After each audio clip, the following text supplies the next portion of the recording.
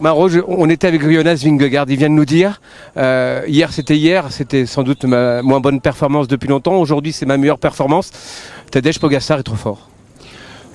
Tadej, depuis qu'il est coureur, depuis qu'il est sur le circuit, on a vu qu'il est le plus fort, peut-être pas seulement de ces périodes ici, mais d'une période assez longue, et c'est pas d'aujourd'hui qu'on le voit.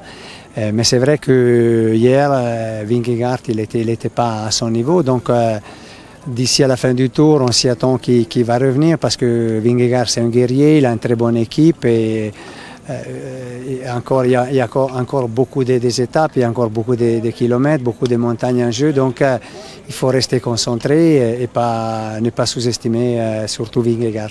Comme on dit en français, il a la baraka parce que même quand il chute, c'est pas trop grave. En fait, tout lui sourit, quoi.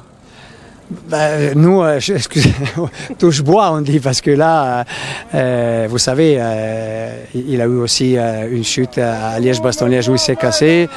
Et donc, la façon aussi qu'il a de courir, il arrive quand même à être bien positionné, aussi grâce à l'équipe.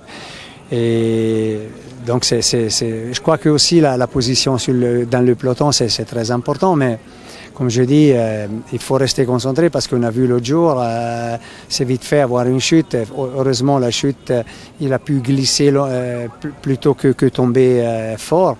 Et donc, il s'en est sorti pas mal, quoi. Sincèrement, toi qui le connais par cœur, est-ce que Tadej Pogačar te surprend depuis le début de ce tour? Vous savez, d'un côté, bien sûr, il surprend, de l'autre... Mais pour toi. Non, mais c'est aussi pour moi. D'un côté, il me surprend, de l'autre, c'est Tadej, non? Il fait ce qu'on est habitué à le voir parce que le tour, donc il a fait 2 tours qu'il n'était pas vraiment, une fois à cause de la chute, une fois à cause d'une fringale, il a perdu le tour, mais il finit deuxième en gagnant 3-4 étapes. Donc, c'est Tadej, on le voit dans les classiques, c'est quelque chose, on est juste gâté de l'avoir dans l'équipe parce que je crois que le public du cyclisme, il est gâté de voir un talent comme lui et nous, la grande chance de l'avoir dans l'équipe. De quoi as-tu le plus peur pour la suite de ce Tour de France pour Tadej Pogačar? Peut-être des fois, ça peut être aussi l'envie de Tadej de vouloir en faire et puis peut-être arriver un moment et payer les efforts.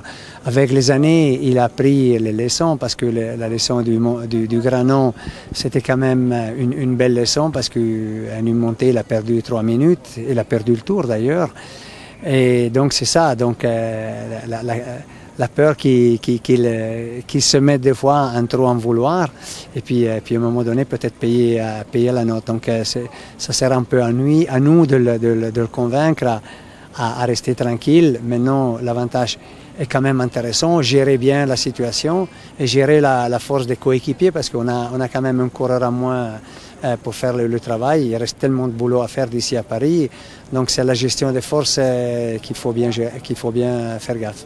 Alors, c'est quoi le sentiment au soir de la 13e étape? Très bien, on est vraiment en une très bonne situation, une très bonne position, un classement quand même pas mal bien déliminé. Remco, il a souffert hier et aujourd'hui, il n'a pas eu 2 bonnes journées, donc il commence à être assez loin en général. Donc on peut rester plus ou moins concentré sur Vingegaard. Merci. Merci.